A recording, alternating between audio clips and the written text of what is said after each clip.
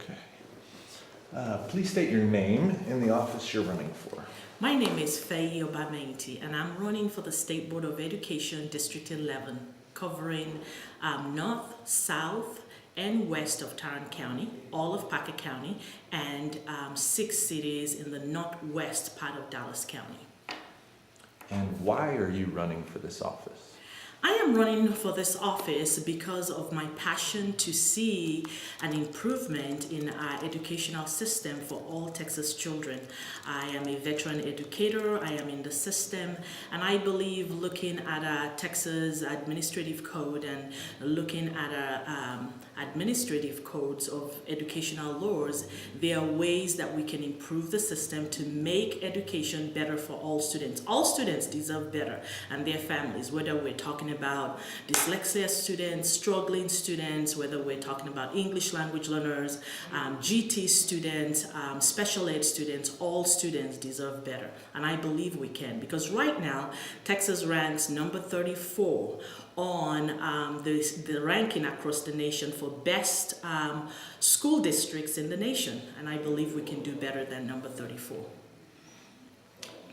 And please briefly describe your qualifications for the office. Okay, my qualifications can be divided into 3 areas. Number 1 is my professional experience. I was formerly a homeschool mom for 11 years, and when our daughters went back to public school to pursue the IB curriculum, I went back into teaching to public school. As a middle school teacher, science teacher, elementary math and science teacher, as well as social studies teacher, and then finally as a high school biology teacher. I say finally because after my high school career was when I went into administration and served as a central administrator, providing training services to teachers, empowering them in best practices, and then that led me also to work with the state as a trainer, also as a consultant for one of the 20 service centers. And service centers basically are the arm of Texas Education Agency, and they provide support in geographical locations for school districts. And having done that, now I own my own business doing the same thing, providing professional development services across our state as well as the nation in best practices for educators, that's principals, counselors, as well as teachers. So that's my professional background. Academically, my first degree is in microbiology. My second degree is a double major. First is teaching and learning and curriculum and instruction, and then my doctoral is in curriculum and instruction. And the other aspect is my State Board of Education related experience. State Board of Education has 7 major primary responsibilities. Through my career working within the public school system, I've had opportunity to serve in some of those roles already. Number 1, as a reviewer for curriculum standards, and secondly, as a reviewer of instructional materials, which is used, basically the textbooks that is used across our public schools. So I feel that I bring so much already in various aspects to the office. I'm not going there to learn what to do. I already do them. I live it, and I know the system well and how to work with fellow board members to ensure moving our school system forward. Okay, what is the proper role of government? The proper role of government is one that allows its citizen, number 1, a personal responsibility, one that provides liberty, free enterprise, one that empowers the people. And so I see the government as a means of being a voice for the people, empowering the people. So that means part of what the government is a partnership with the people, because the people have your trust and you are their voice representing them. And if you're representing them as a government, there needs to be that continuous partnership with the people. What are the top 3 issues for your campaign? The top three issues for my campaign, number one is the long-range plan that Texas Education Agency is working on. They're working on a long-range plan that will take the state into 2030, I believe, and that strategic plan will include how to make education better for our students across the nation, across the state. We currently have 5 million students enrolled in our public school. That long-range plan, within that 5 million, we have 2 million that are Hispanic students. So we've had a huge demographic shift for the past 5 years, basically. So that's going to have a domino effect on every single thing related to our public education system, and we need to look at that. I'm passionate about that because I've worked in empowering teachers, equipping teachers and administrators in best practices of working with students from that kind of demographic. Another thing is engagement. I am a firm believer that it's impossible to govern, just like the question you asked about government, it's impossible to govern properly without an input from the people that you represent. So one of the top things in my campaign is this community engagement, ensuring that during my time in office we have what we call quarterly forums to hear from all stakeholders, that's students, teachers, administrator, parents, community members, businesses, on how can we improve what they have right now within their locale. So within those 3 counties, it is my vision basically to have those forums to hear from citizens. And then thirdly, one of the key things that we found out, and our assessment tells us that, our state assessment, we've come through a series of assessment. Right now we have the STAR test, that's what we currently have.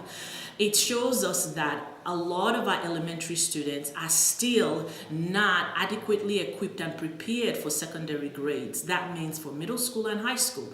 Go into any middle school or high school and talk with teachers, and you will get a first-hand experience on the difficulty that they're having. We have students in middle school that still cannot read or add. Now, that shouldn't be the case. So I want to work with fellow board members to champion a transition statewide initiative whereby our elementary students are adequately and properly equipped for secondary grades. They can handle those secondary and rigorous content in math, in science, in English language arts, in social studies, and either of their electives. But we need that. Why is that important? Those are the students that will graduate and go into our workforce and become our leaders of tomorrow. We want to make sure that those students are well prepared. Preparing our students now means preparing our state for the best quadrants of students and leaders of the future. And what makes you more qualified than your opponent? Well, I will say one thing. I am a veteran educator that is in the system. I know so well what our problems is. I believe strongly that it's a time right now that we need a strong new conservative voices to represent District 11. I am a firm believer that the way you campaign is the way you should govern. If you campaign and say you're going to do this, then there needs to be that accountability from the citizens to make sure that happens. So my record speaks for itself. I am a conservative that is consistent and is committed. I think that is one of the greatest things that sets me apart from my opponent. Apart from my professional experience, my educational experience, the network that I have with educators across not just District 11, but our state, as well as the network across the nation, I bring already something that people that know me well will service us well in moving our educational system to what it should be. Please describe your political experience as well as experience as an election volunteer, staffer, candidate, or office holder. Be sure to include names of any candidates or office holders whom you've worked for or volunteered. Okay, well, first, my political or government experience, the two major ones, I served with the City of Cedar Hill School Library Board, the library board, as a board member, and basically coordinating the funds and the activities for the library for the City of Cedar Hill. And secondly, I served as one of the members for the Texas State Advisory Committee members on the U.S. Commission on Civil Rights. As a Republican, yes, we do have Republicans on that commission. And those are my major two experience working in the government. Now, I think the other question was on some of the campaigns that I've worked for election-wise. The funny thing is my husband has been the political person or the political force in our family. He's been for a long time, he's been a Republican election judge. And so most of the time, I remember back in the day when it's election day, I'm packing lunch boxes and snacks for everyone that will be working at that precinct where he's going to be. And I volunteer there and then I go back home. So that has been majorly. We've worked majorly in different campaigns, worked during Governor Perry's campaign, Governor Abbott's campaign, President Trump's campaign, volunteering, block walking. We've done that a lot. But this is the first time that I'm using my professional experience to serve people in an elected position. Awesome. Tell me how you think about school finance and municipal debt, especially school bonds and cost per student. We're seeing a lot of municipals, push for more bonds and more funding. Well, one of the things I always like to say first is Texas, not just Texas, but our Texas educational system is governed by laws that are enacted by the Texas legislature, the U.S. Congress, the State Board of Education, the State Board of Certification, Educator Certification, the Texas Education Code, and the Texas Administrative Code. Now, these are the laws that govern every single thing. So when we look at school funding, I know the Texas legislature arrived at a decision, and basically the current decision means that we have to do better in terms of school funding. And that means now that the Texas legislature has come up with the direction we need to go, we need to make sure that we establish a process that will make school funding work for all, not just for the affluent zip codes, but for all, even for those struggling zip code. And that means with what the Texas legislature has done, we have to have a collaborative efforts and see and have representations from all these districts and see how we establish a solid process of school funding. Because it looks like this comes up within every 5 years or 10 years because we don't have something solid that has been established. So I look at it this way, that following what the Texas legislature has already provided for us, we can take that as a springboard and then look at all the data from all our schools that are represented and come up with a solid process of adequate, equitable school funding. Okay, about a minute and a half left. How do you feel about the homeschoolers and what will you do to help protect them? Wow, I am a homeschool mom.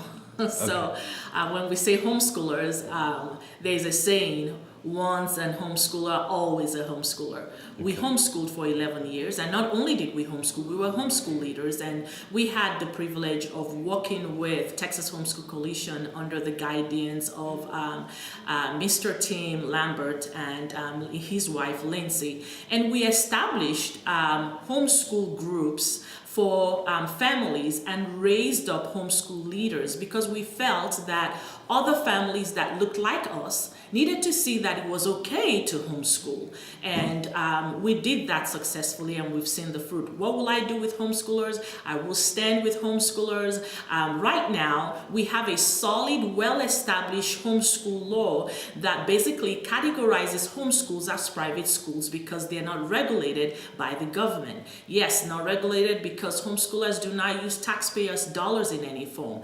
I want to stand to protect that law for all homeschooling families in Texas. I am a proud homeschool mom. Our family, my husband and myself, we have 3 daughters that are highly thriving in their professions, and we have every thanks to give to our years of homeschooling and the many families that we journey together.